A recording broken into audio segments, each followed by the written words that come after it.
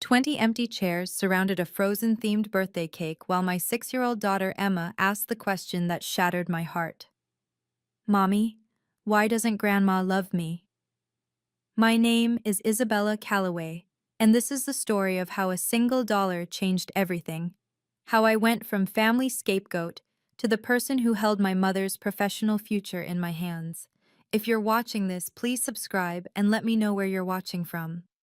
It started on October 15th with the loneliest birthday party I've ever witnessed. To understand that empty birthday party, you need to know the Whitfield family hierarchy.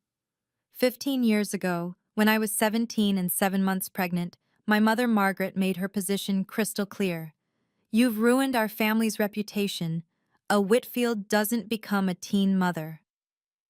While I spent my nights nursing Emma and studying for my GED by lamplight, my younger sister Sophie was being groomed for greatness. Piano lessons, SAT tutors, summer programs at Yale. The Christmas I gave birth, Sophie got a BMW for her sweet 16. I got an eviction notice from my childhood bedroom. Sophie's the family's hope, Mom would tell anyone who'd listen at her country club. Stanford bound, pre-med track, everything a mother could want. The unspoken comparison hung in every conversation like smoke. What she never mentioned at those lunches was that I'd graduated summa cum laude from State University while working 3 jobs, or that I'd earned my MBA from Wharton through their executive program, attending classes after putting Emma to bed. Those achievements didn't fit her narrative of the ruined daughter who'd thrown her life away. My husband David would get so frustrated. Why don't you tell them about your promotion? About the patents pending? But I'd learned long ago that in the Whitfield family, there was only room for one success story, and that role had been cast before Emma was even born. The pattern was so predictable it almost became comforting. Sophie's accomplishments were broadcast in the annual Christmas letter. Mine were edited out like typos. Sophie got celebrations. I got reminders of my mistake, their word for my daughter. The exclusions started small, almost imperceptible. Thanksgiving 2019. Oh, Isabella, we didn't think you'd come since Emma has that flu. She didn't. Christmas 2020. Sophie needs quiet to study for her AP exams. Easter 2021. The restaurant only had a table for 6. By Emma's 3rd birthday, the pattern was undeniable. No cards from grandparents. No pictures of her in my parents' house, where Sophie's achievements wallpapered every surface. Honor roll certificates, lacrosse trophies, prom queen crown. When relatives asked about their other grandchild, Mom would say, "Sophie's an only child. You must be thinking of someone else." The cruelest part was how she'd weaponized the extended family. Margaret made it clear, my cousin Janet told me once, after declining Emma's birthday invitation. We can have a relationship with you, or we can stay in the family, not both. David reached his breaking point during the infamous Easter incident of 2023. Mom had invited all 47 members of our extended family to a celebration, everyone except us. When Sophie accidentally mentioned it, Mom's response was surgical. "Some tables aren't meant for everyone, Isabella. You made your choice." That night, David held me while I sobbed. "She's punishing Emma for existing," he said. "How long are we going to let this continue?" I wanted to believe things would change, that Mom would wake up one day and see the brilliant, kind granddaughter she was missing, that Sophie would question why her niece was never at family gatherings, that someone, anyone, would stand up and say this was wrong. But families like mine don't change through hope. They change through leverage. I just didn't know I was about to acquire some. 3 years ago, a headhunter named Marcus Chen called me out of the blue. "Isabella, Tech Vision needs someone who can transform our creative division. Your work at Morrison Industries caught our attention, specifically that campaign that increased their market share by 40%. I almost said no. The imposter syndrome my mother had cultivated in me whispered that I wasn't ready, wasn't worthy. But Emma was watching me that day, drawing at our kitchen table, and I realized I was teaching her to shrink by example. The first project I led at TechVision generated $4.7 million in new revenue within 6 months. The second doubled that. By year two, Marcus was calling me his secret weapon and offering me a consulting contract that would make me the highest paid creative consultant in the company's history. "You're the creative genius we've been looking for," he said during one board meeting, not knowing that my own mother had been telling her friends I was between jobs and struggling since the divorce. There was no divorce. David and I were stronger than ever. I made a conscious decision not to tell my family about TechVision. They never asked about my work. Mom had decided my story years ago. To her, I was forever frozen as the teen mom who'd destroyed her perfect family narrative. Why correct her? She wouldn't believe it anyway. But here's the thing about secrets. They're also weapons waiting to be deployed. And as I signed my name on that $2.3 million contract, with Clause 7.3 giving me final approval on all board nominations, I realized my mother had been circling TechVision's board opening for months, telling everyone she was a shoo-in. The universe, it seemed, had a sense of irony. October 15th, 3 p.m. Emma's Frozen-themed birthday party was perfect. Ice blue streamers, snowflake decorations, a 3-tier cake with Elsa and Anna. 47 invitations sent to family members. 0 RSVPs. At 3:30, Emma stood at the window in her princess dress, pressing her small hands against the glass. "Maybe they're just late, Mommy?" By 4 p.m., the truth was undeniable. David showed me his phone, a screenshot from my cousin of the family group chat I'd been excluded from.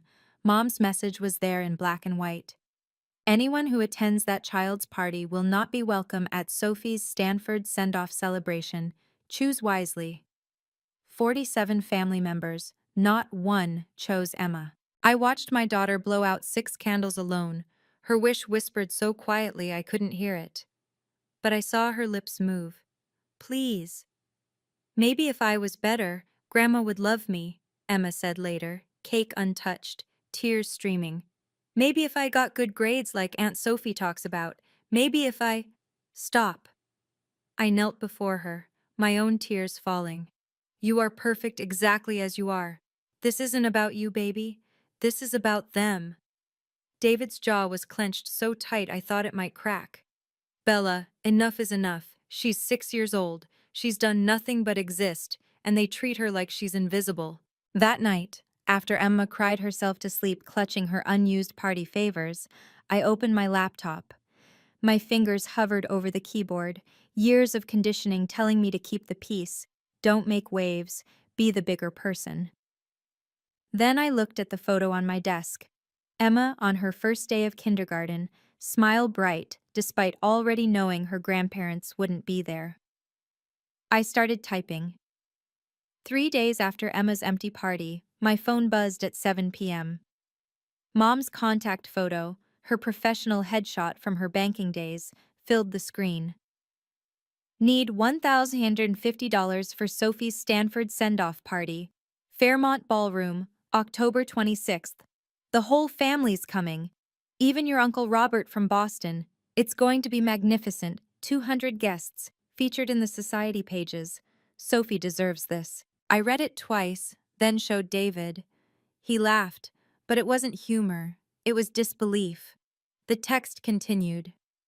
"I know money's tight for you, but this is your chance to do something right for once. After all the embarrassment you've caused this family, it's the least you can do. Sophie shouldn't suffer because of your choices." All the embarrassment. I rolled the words around my mouth like broken glass. My daughter, my brilliant, kind, loving daughter, was an embarrassment.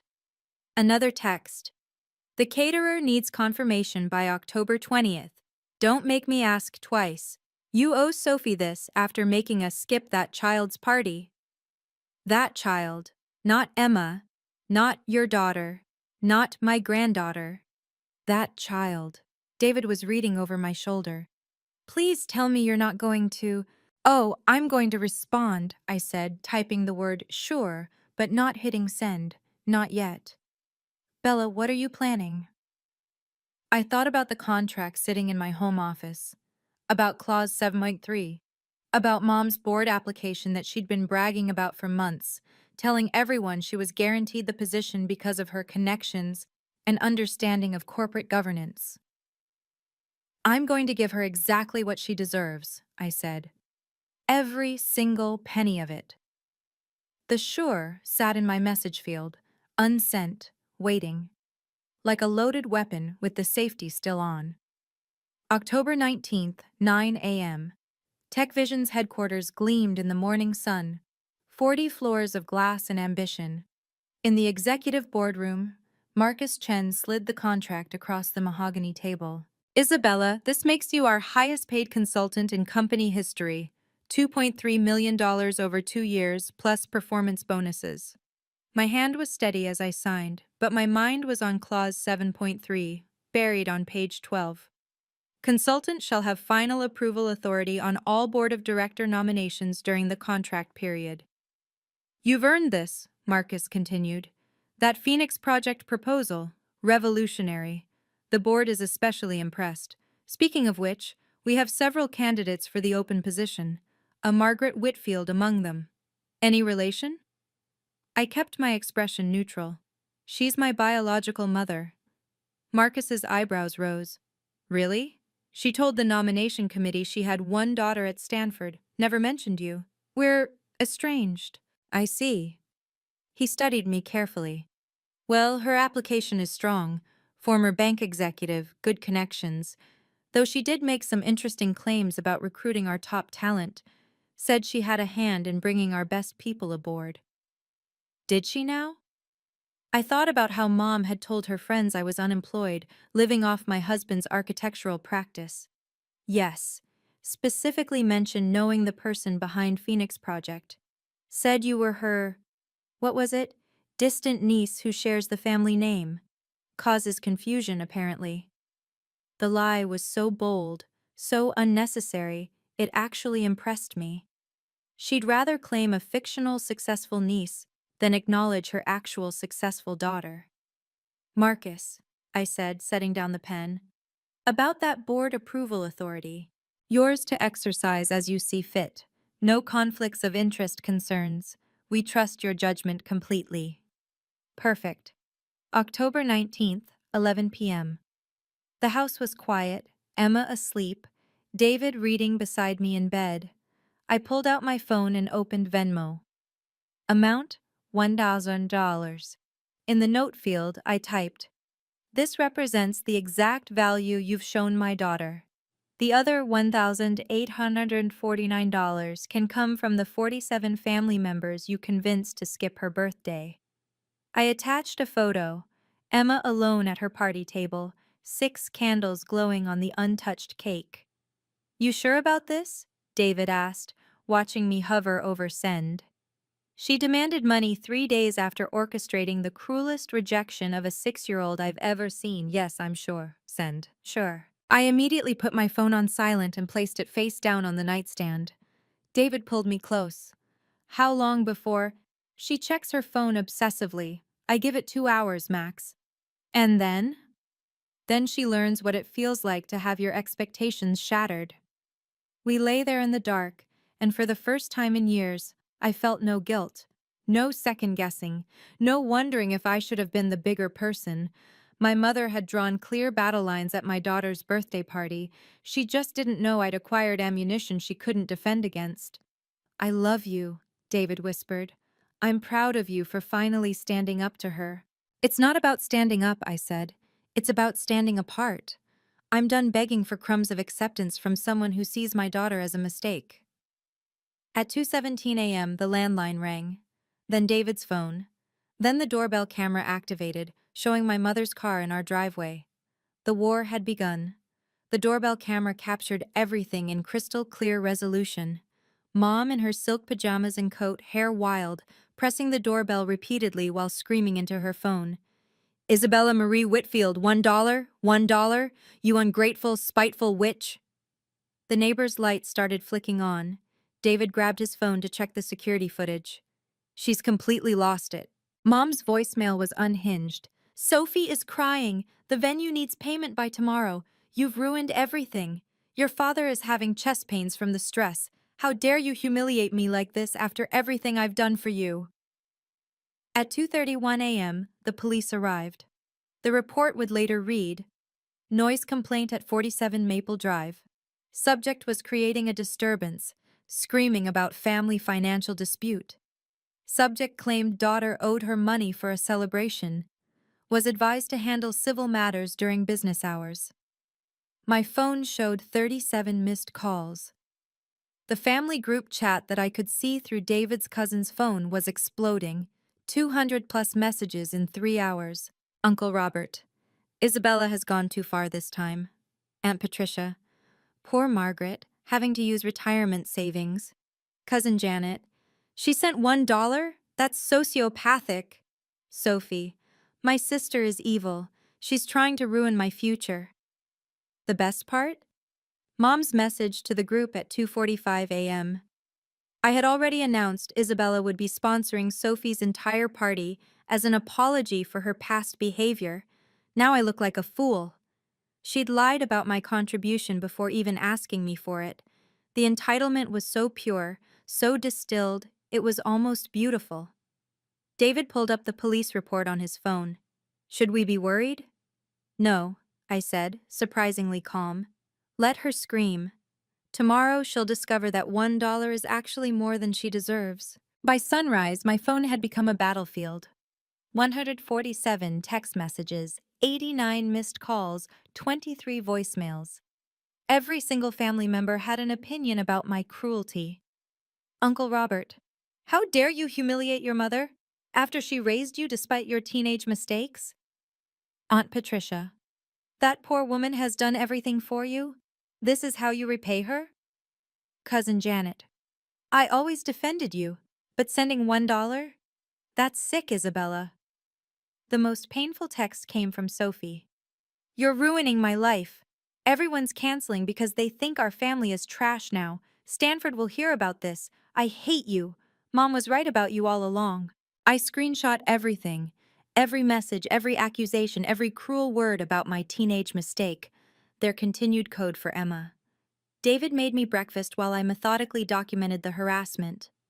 47 relatives, I said, scrolling through the messages. 47 people who couldn't attend a 6-year-old's birthday suddenly have very strong opinions about family loyalty. The hypocrisy is stunning, David agreed. Cousin Michael's message was particularly rich. Your mother gave you everything. How can you be so ungrateful? Everything?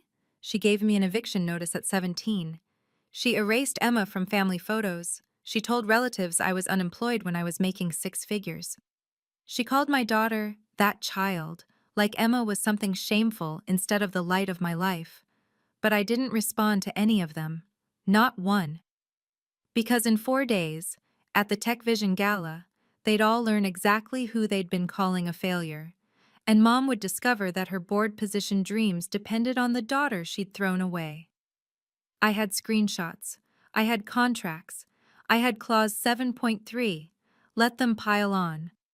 The higher they stacked their cruelty, the harder they'd fall. October 21st started with Mom's Facebook post going viral in our community. She'd written a masterpiece of manipulation. Heartbroken. After years of supporting my eldest daughter through her teenage pregnancy, unemployment, and ongoing struggles, she sent me $1 when I asked for help with her sister's college celebration. Some people forget who stood by them, praying for her to find peace and stability. At least I have Sophie, my Stanford-bound angel. Blessed family. First, single mom struggles. Single mom struggles. She'd been married to my father for 35 years. The comments poured in. 147 shares in 6 hours, hundreds of sympathetic responses about ungrateful children and this generation's entitlement. Then my phone rang. Marcus Chen. Isabella, oddest thing. Someone forwarded me a Facebook post. A Margaret Whitfield claiming her daughter is unemployed and struggling, the same Margaret Whitfield applying for our board seat. He paused. The daughter she's describing sounds remarkably like you, except for the unemployment part. My stomach tightened. Marcus, is this your mother talking about you? The one who told our board you were her distant niece?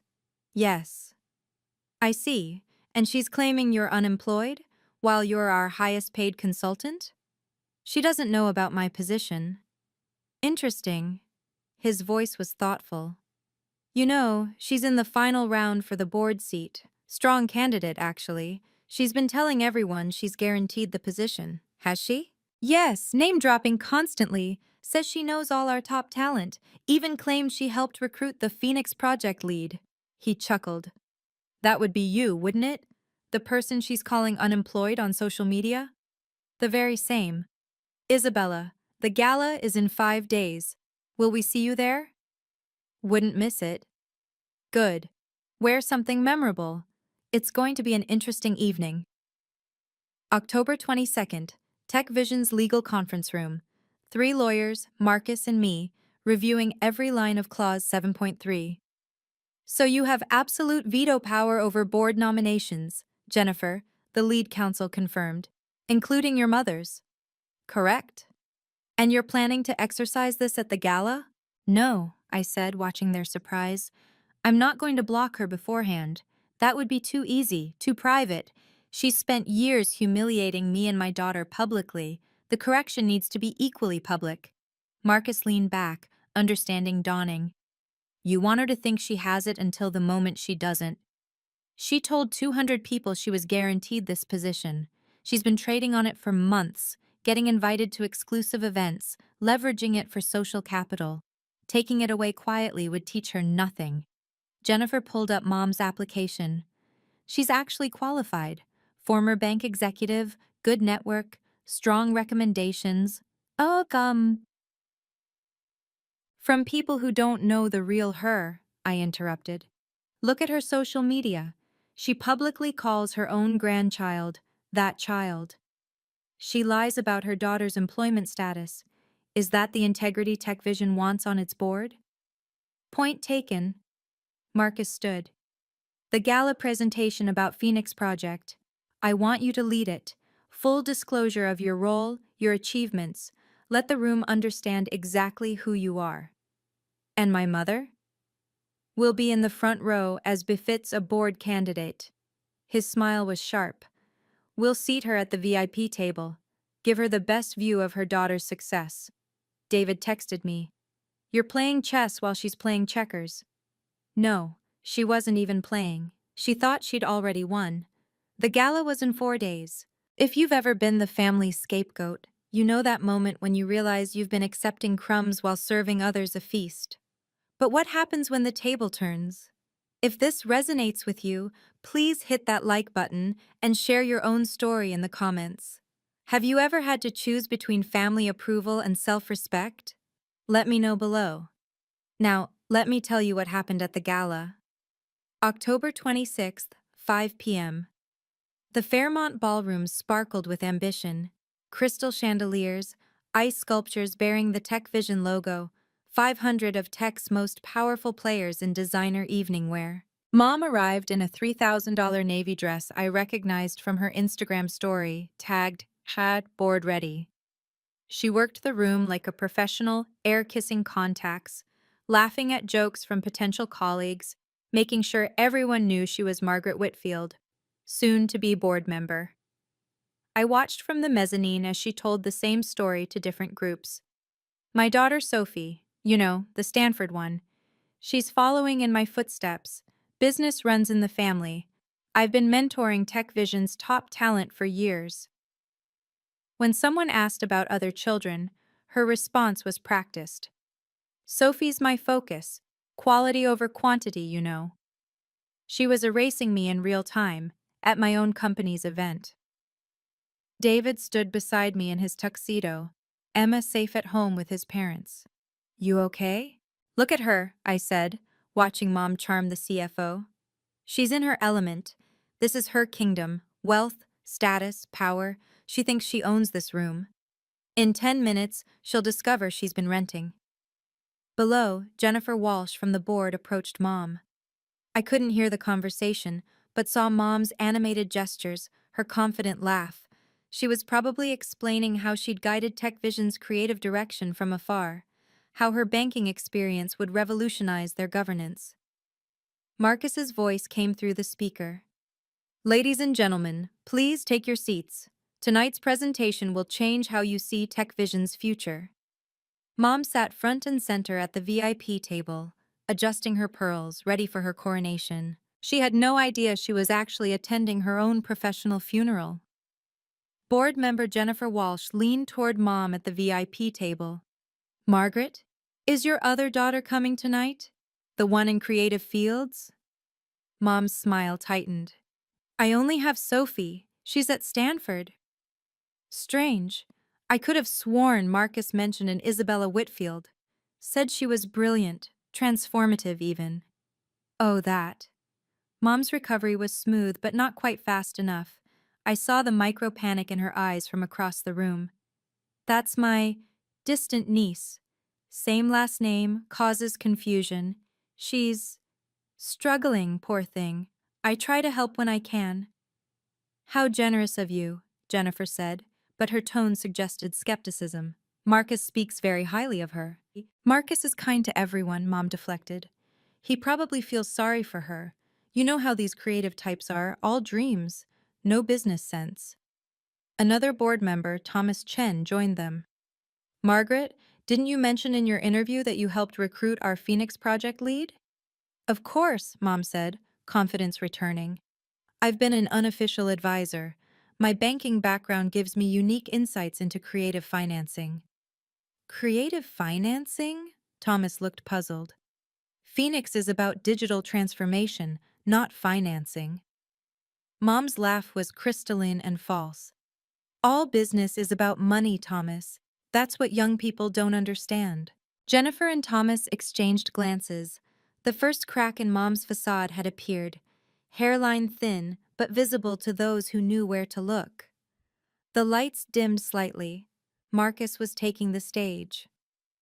Ladies and gentlemen, tonight we reveal the mind behind Phoenix Project, the initiative that increased our revenue by 340% in just 18 months. Mom straightened, probably imagining how she'd work this into her board acceptance speech. She was about to learn that imagination and reality were very different things. Marcus commanded the stage with the confidence of someone about to change everything. TechVision's Phoenix project isn't just a success, it's a revolution. And tonight, you'll meet the architect of that revolution. Mom whispered to her tablemate, loud enough for nearby tables to hear. I helped identify this talent.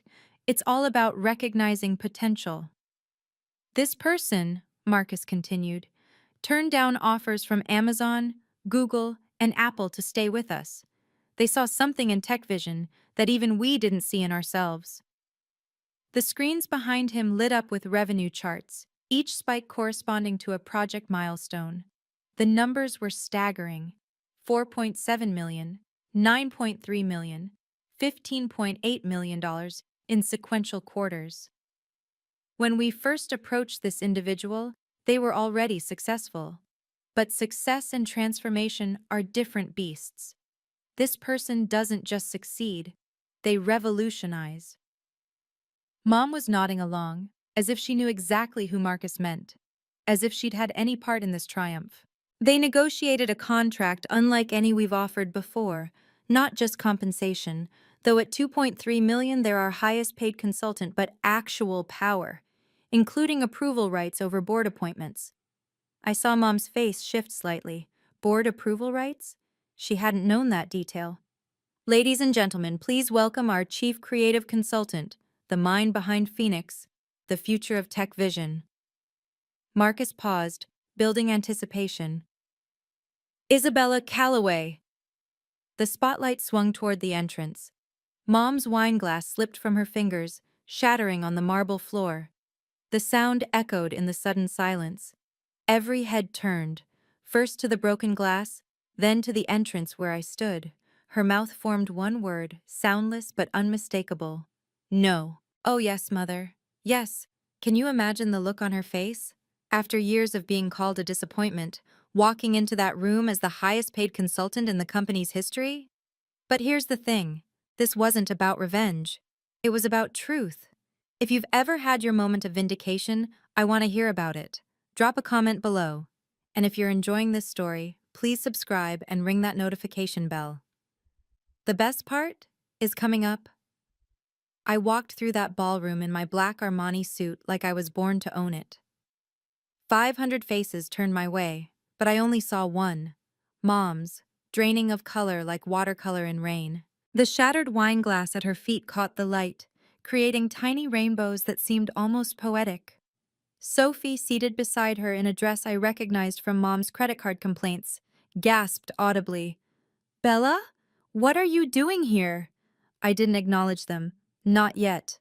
I walked past their table, close enough that Mom could see the Tech Vision executive pin on my lapel, close enough that she could smell my perfume, the same one she'd criticized as trying too hard last Christmas. Taking the microphone from Marcus, I felt 15 years of conditioning try to make me shrink. Make nice. Don't cause a scene. Be the bigger person. But Emma's tear-stained face from her birthday flashed in my mind. "Good evening," I said, my voice carrying to every corner of the room. "I'm Isabella Calloway, though some of you might have heard of me as the family disappointment." Nervous laughter rippled through the crowd. Mom's face had gone from pale to ashen. 5 years ago, I was told I'd never amount to anything, that my choices had ruined my future, that my daughter, my brilliant, kind, extraordinary daughter, was a mistake that would define my limits. I looked directly at Mom then. I decided to prove that wrong, not out of spite but out of love. Love for my daughter, who deserved better than the narrative being written for her. Jennifer Walsh was staring between Mom and me, the family resemblance suddenly unmistakable. "Tonight, I'll show you what disappointment can build when it stops apologizing for existing." The screens behind me illuminated with the Phoenix Project roadmap, 18 months of innovation condensed into visual poetry, every milestone, every breakthrough, every revolution we'd engineered. Phoenix began with a simple question, I said, clicking through slides. What if we stopped competing and started transforming? What if instead of catching up to the market, we created a new one? The revenue projections appeared, $47 million over 2 years, conservative estimates that had the CFO nodding appreciatively. My team has filed 3 patents under this initiative. The patent numbers appeared on screen, my name listed as lead inventor. We've reduced client acquisition costs by 67% while increasing lifetime value by 340%. Mom sat frozen, her hands gripping the table like she might fall through the floor without it. Marcus joined me on stage. "What Isabella isn't telling you is that she turned down our first 5 offers. She only joined when we agreed to her terms, including an unprecedented clause, consultant approval for all board positions during her contract period." The words landed like a bomb at the VIP table. Mom's carefully networked tablemates suddenly understood the implications. "Isabella's vision has saved Tech Vision," Marcus continued. "She didn't just give us a project, she gave us a future." I clicked to the final slide, a photo of Emma at her science fair, holding a first-place trophy, wearing a shirt that said, "Future CEO." "Everything I do," I said, looking directly at Mom, "is for the next generation, to show them that their worth isn't determined by others' limitations." Sophie was crying silently, mascara running. Mom's mouth opened and closed like a fish gasping for air. "Now," I said, "let's discuss the future of Tech Vision's governance." The first question came from an investor I didn't recognize. "Ms. Calloway, any relation to Margaret Whitfield, our board candidate?" The room held its breath. "She's my biological mother," I said simply. Confused murmurs rippled through the crowd. Several people pulled out phones, probably checking Mom's social media where she'd claimed to have one daughter. Jennifer Walsh stood slowly. "Margaret, you told the nomination committee you had one daughter at Stanford. You said Isabella was your distant niece." Mom's voice cracked.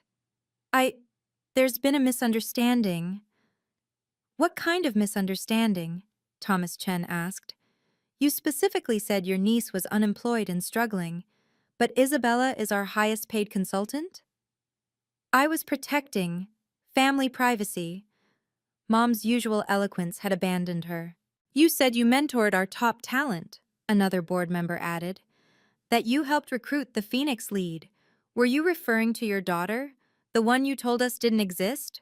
Sophie stood abruptly. Mom, what did you do? Sit down, Sophie, Mom hissed. But Sophie remained standing, staring at me with dawning comprehension. You lied about Bella? About Emma? Why? I intervened smoothly.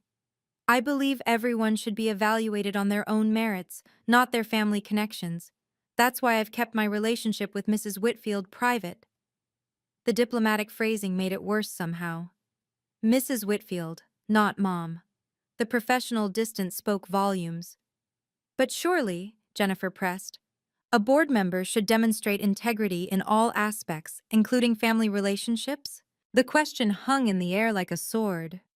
Mom's carefully constructed image was crumbling in real time, in front of the very people she'd tried so hard to impress. I think, I said quietly, that's a question for the board to consider. The board chair, Richard Steinberg, stood at his table. This is highly irregular, but given the circumstances, I think transparency is needed. Margaret, your board application is currently pending final approval. Mom found her voice, desperate and thin. Richard, you promised. I promised it would go to final review. That review requires Isabella's approval per her contract clause 7.3. The revelation rippled through the room like an electric current. Mom's supporters, the people she'd cultivated, promised favors to, name-dropped with, all turned to stare at her with new understanding. You mean, someone said slowly, Margaret needs her daughter's approval? The daughter she said was unemployed? The daughter she told us was a teenage disaster? Another added. The one whose child she called that mistake. This from someone who'd clearly seen the Facebook posts. Mom's friend Victoria, who'd been her biggest champion, stood up slowly. Margaret, you told me Isabella was living off her husband, that she was an embarrassment. You said that's why she wasn't in family photos. I was protecting Sophie's opportunities. Mom's excuse sounded hollow even to her. By lying? Victoria's voice was ice. By denying your own grandchild? Marcus returned to the microphone. Isabella will review all board applications by Monday, with decisions announced Tuesday morning. Mom lurched to her feet. Isabella, please. Mrs. Whitfield, I said formally.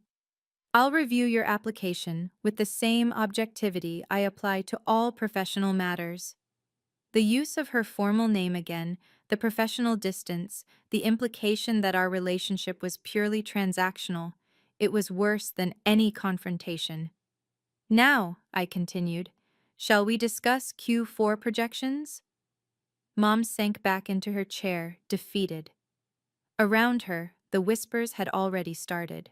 She cornered me in the powder room during the break, her carefully applied makeup cracking along the stress lines.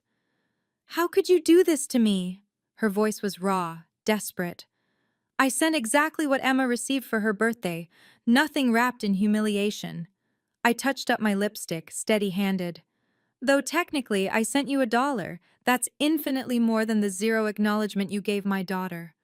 I was protecting our family's reputation. From what? A 6-year-old who just wanted her grandmother's love? You don't understand, Mom hissed. Sophie had opportunities. That required Emma to not exist? I turned to face her fully. You told people I was unemployed while I was making 7 figures. You called my daughter that child while she won science fairs. You erased us from your life story, and now you're shocked we wrote our own? I'm your mother. Biologically, yes. But mothers don't orchestrate the complete isolation of their 6-year-old granddaughters. Mothers don't tell 47 family members to boycott a child's birthday party. Her face crumpled. The board position. I need it. I already told everyone. You told everyone a lot of things. That I was your distant niece. That you mentored Tech Vision's talent. that you only had one daughter. I picked up my clutch. None of it was true. Please, Isabella, I'm begging you. Funny. That's exactly what Emma did at her birthday party. Begged for someone, anyone, to show up. The difference is she's 6 and innocent. You're 58 and calculated every bit of this cruelty. I walked toward the door, then paused. Your application will receive the same consideration you showed my daughter. Fair, isn't it? Her sob followed me out, but I didn't look back. Within 24 hours, my phone became a confessional booth for 47 guilty relatives. Cousin Janet. Isabella, we had no idea about your position. Your mom said you were struggling. Uncle Robert. Margaret told us you were living off David's charity. If we'd known the truth. Aunt Patricia sent a $500 e-transfer. For Emma's birthdays we missed. Your mother said attending would enable your poor choices. The text that surprised me most came from Grandpa, Mom's father, silent for 10 years. Your grandmother would be ashamed of what Margaret became. Can I meet my great-granddaughter? But it was Sophie's call that broke through my defenses. Bella? Her voice was small, younger than her 18 years. Mom told me you hated me, that you were jealous of my success, that Emma was better off without our family because we'd confuse her.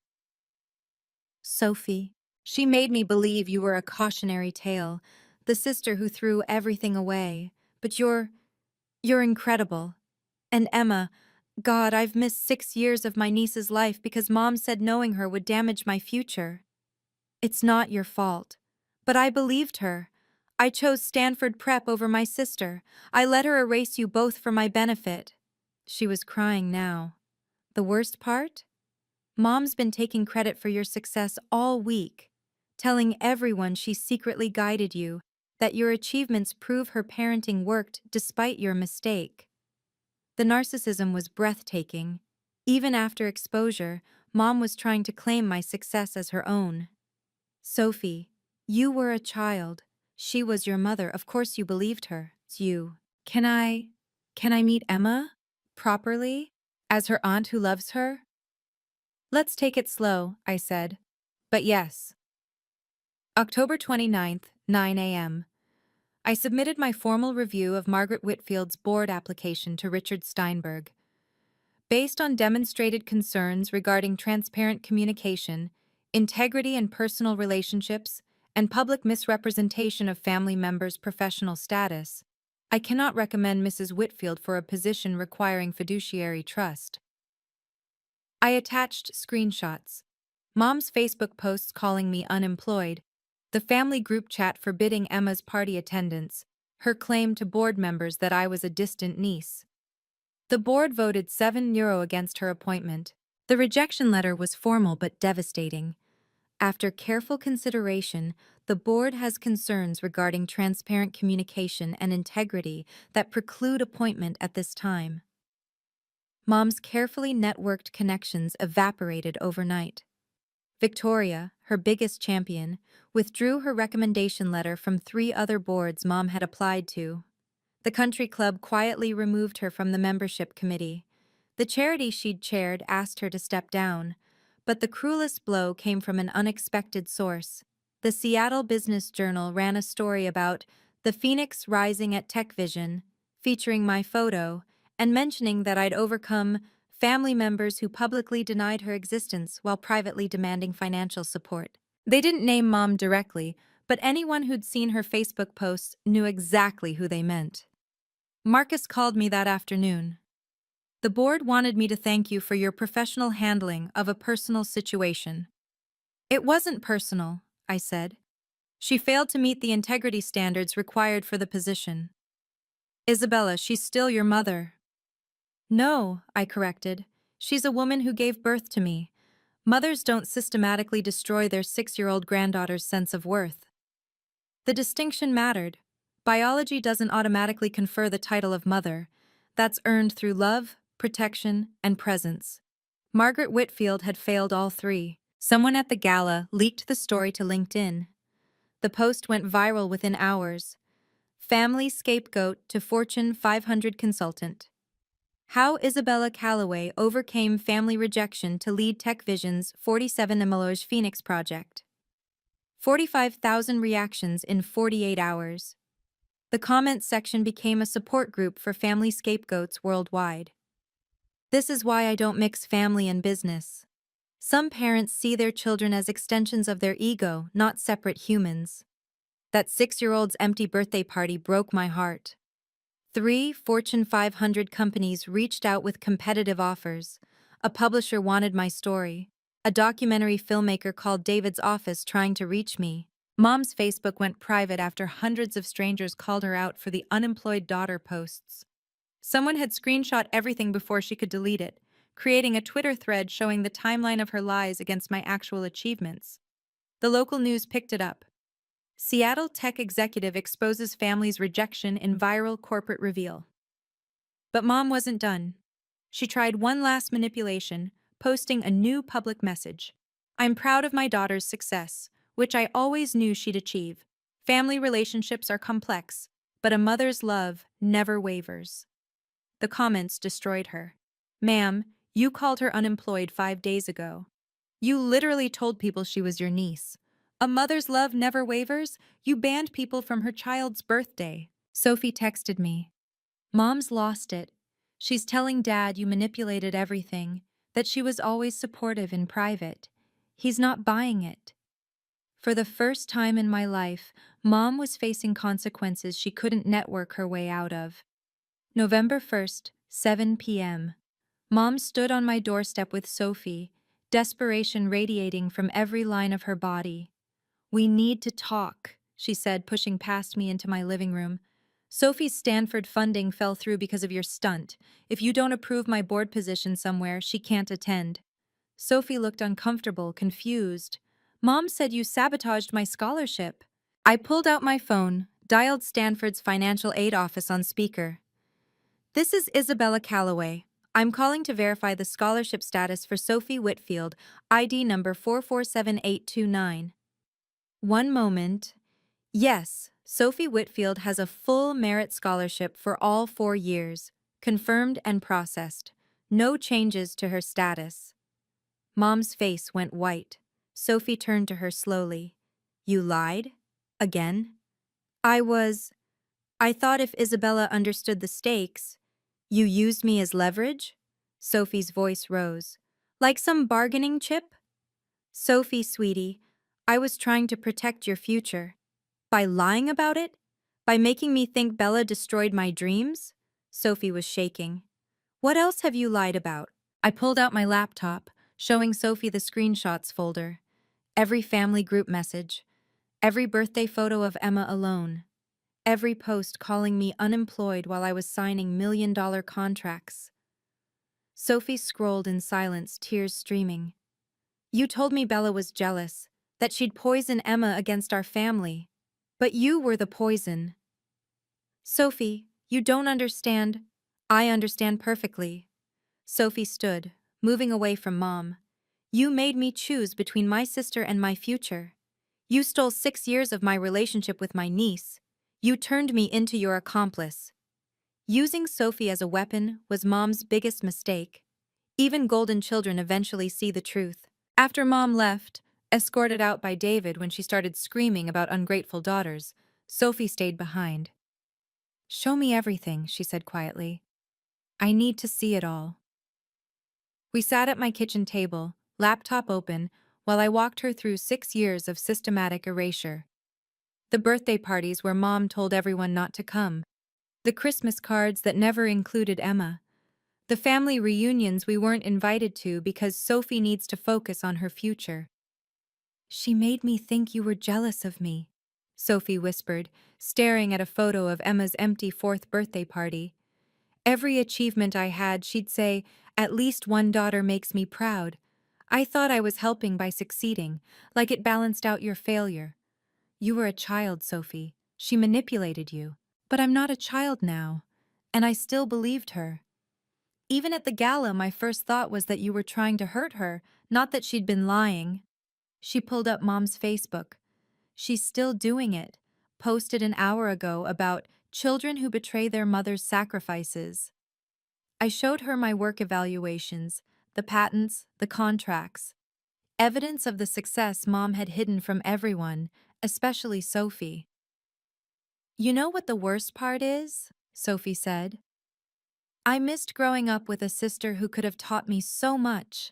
I missed being an aunt to an amazing little girl, all because Mom needed me to be the only success story.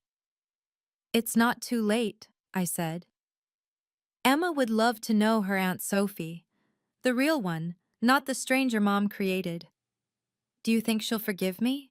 She's 6. She doesn't need to forgive. She just needs to be loved. Sophie nodded, wiping her tears.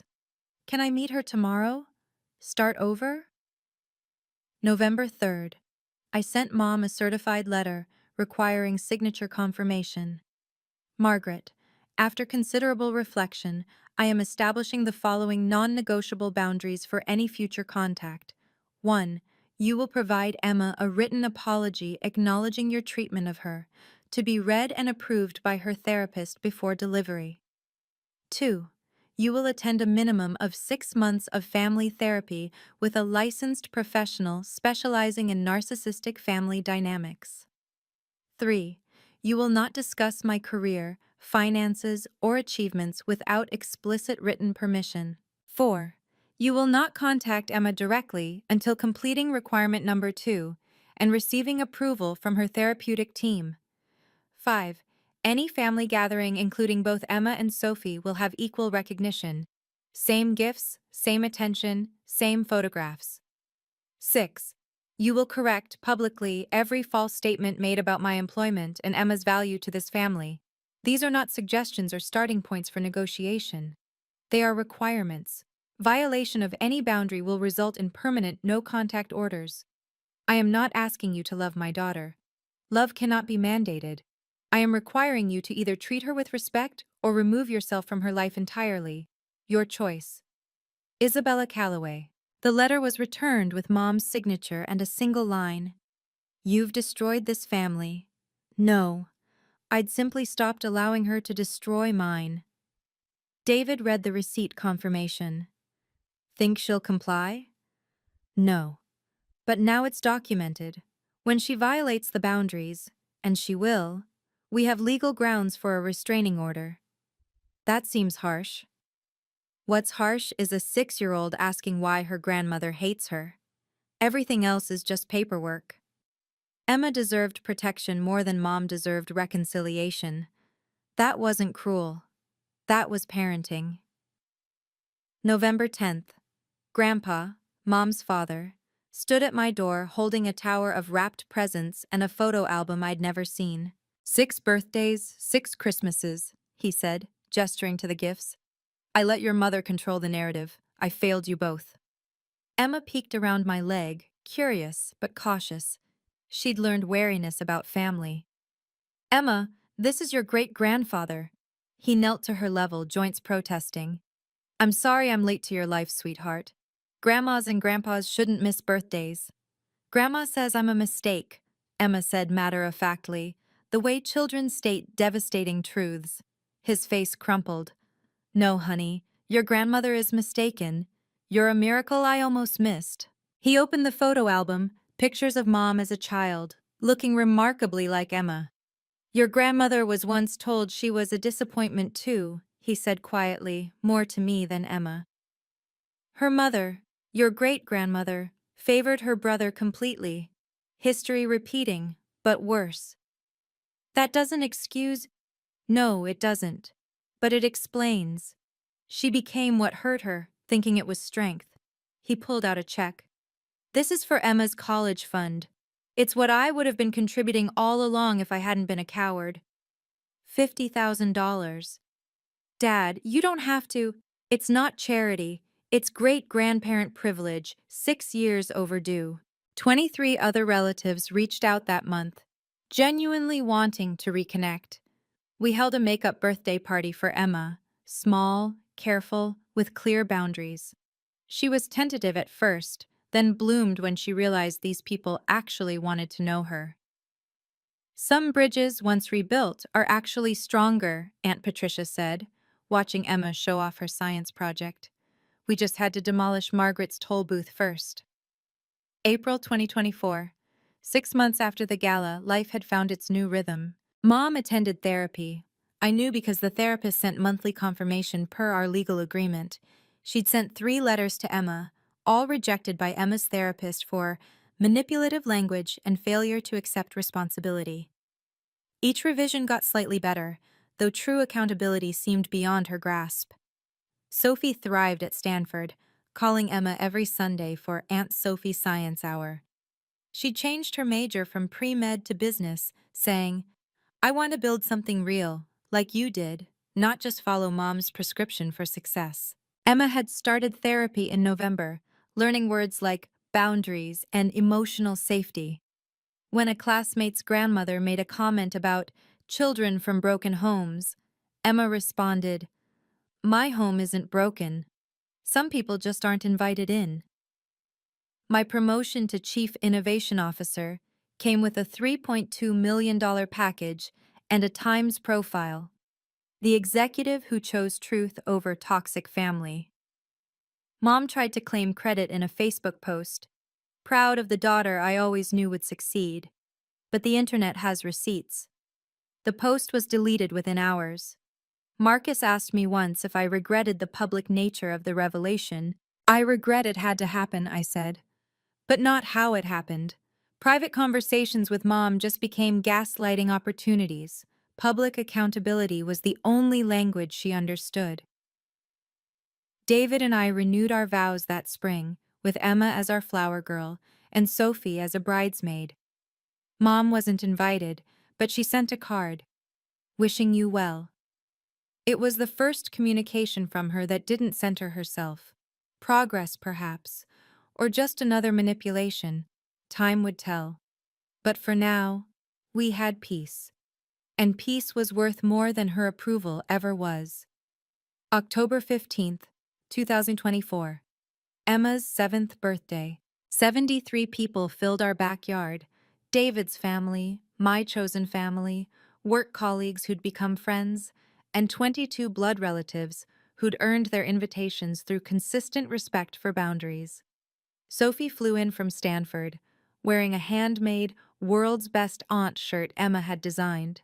Grandpa sat in the front row for the cake cutting, tears streaming as Emma blew out her candles. "What did you wish for?" he asked. "Can't tell," Emma grinned. "But it already came true."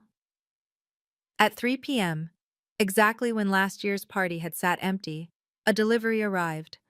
A small package, no return address, but Mom's handwriting was unmistakable. Inside, a silver bracelet with Emma's birthstone, and a card. "For the granddaughter I failed to see, may you always know your worth. M.W." No grandma, no claim to a title she hadn't earned, just initials and an acknowledgement. Emma looked at it thoughtfully. "Should I keep it?" "That's your choice, baby." She put it in her jewelry box. "Maybe someday I'll wear it, when it doesn't hurt to look at." 7 years old and already wiser than most adults about complicated feelings. That evening, after guests left, I made a decision. I donated $50,000 to a local foundation supporting single mothers, specifically those estranged from their families. The check memo read, "For the mothers creating new narratives."